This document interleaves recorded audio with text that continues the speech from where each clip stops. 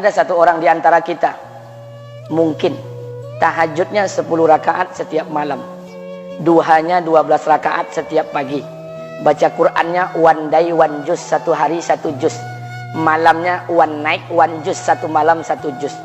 Satu keluarga di antara kita nih puasanya luar biasa Senin Kamis. Satu keluarga berpuasa Senin Kamis.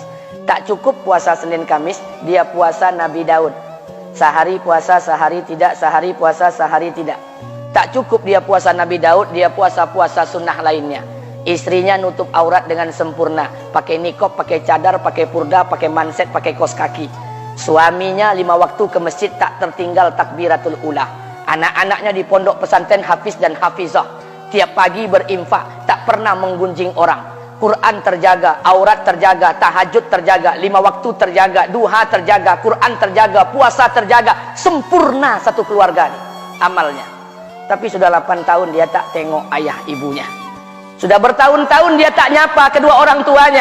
Sudah bertahun-tahun dia tak berhubungan baik dengan ayah ibunya. Sudah berminggu-minggu dia berkelahi dengan ayah ibunya. Sudah berhari-hari dia bermusuhan dengan kedua orang tuanya. Maka anak seperti ini, seluruh amal yang mereka kerjakan tertolak di sisi Allah Subhanahu wa taala, tidak akan diterima Allah.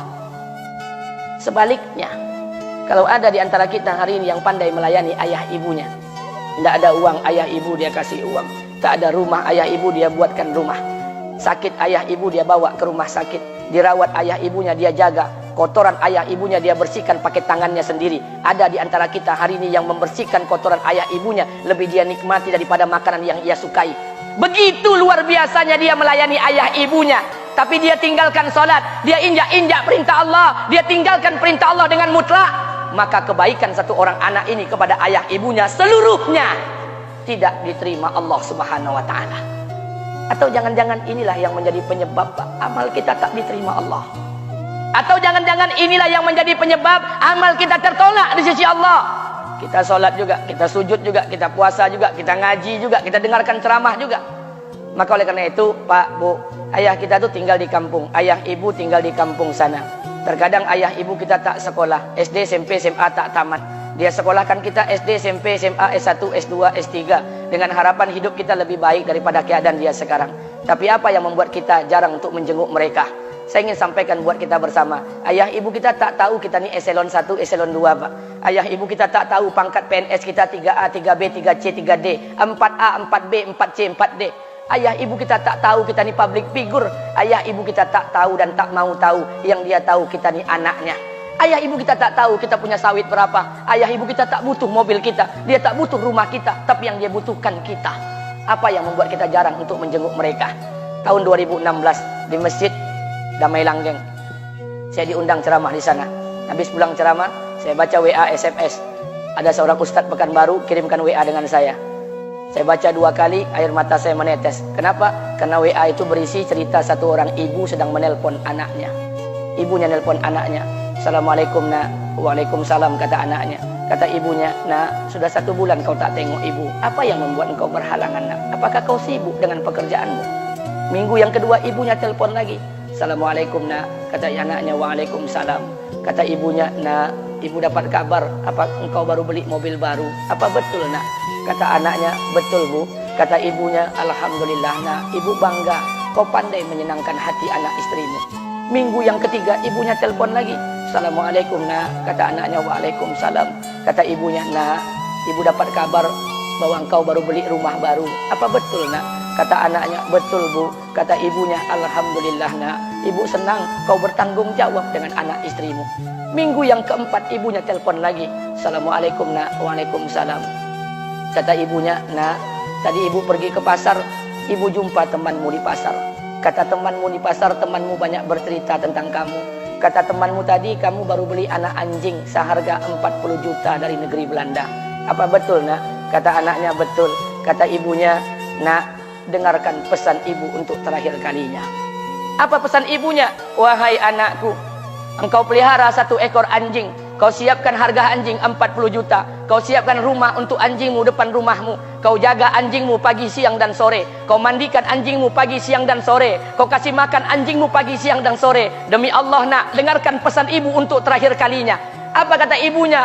Demi Allah nak, demi Allah, Kalau seandainya Allah menciptakan ibu, kalau seandainya Allah menciptakan ibu untuk yang kedua kali di muka bumi ini, nak, demi Allah, ibu tak ingin terlahir sebagai manusia. Ibu ingin lahir sebagai seekor anjing, biar berada depan rumahmu dan melihat wajahmu setiap hari.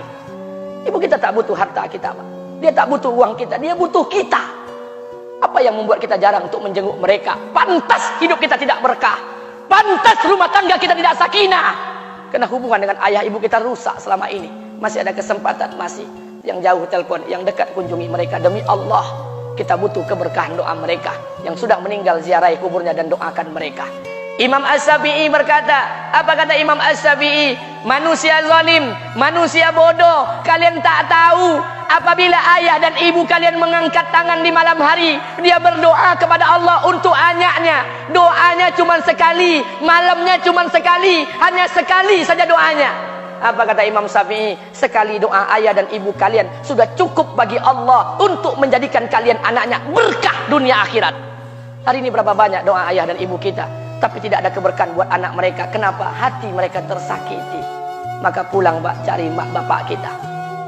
Kita punya rumah hari ini, Bu, kita punya rumah, punya harta, punya uang, punya pekerjaan, punya kekayaan, punya sawit. Kita jadi orang hari ini, jadi pegawai, bukan kena sarjana kita, Pak. Kita jadi orang hari ini bukan kena otak kita. Kita jadi orang hari ini bukan kena kepintaran kita.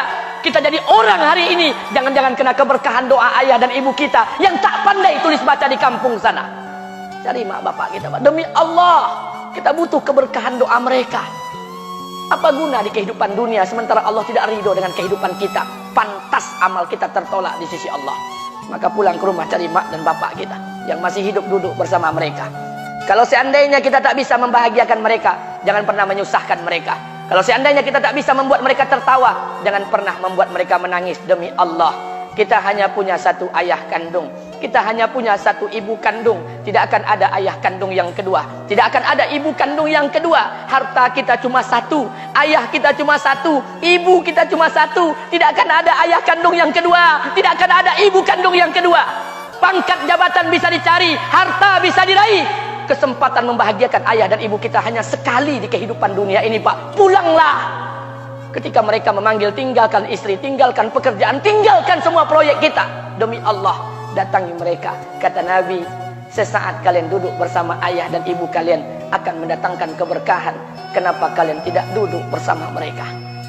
Jangan-jangan inilah yang menjadi penyebab amal-amal kita tertolak di sisi Allah.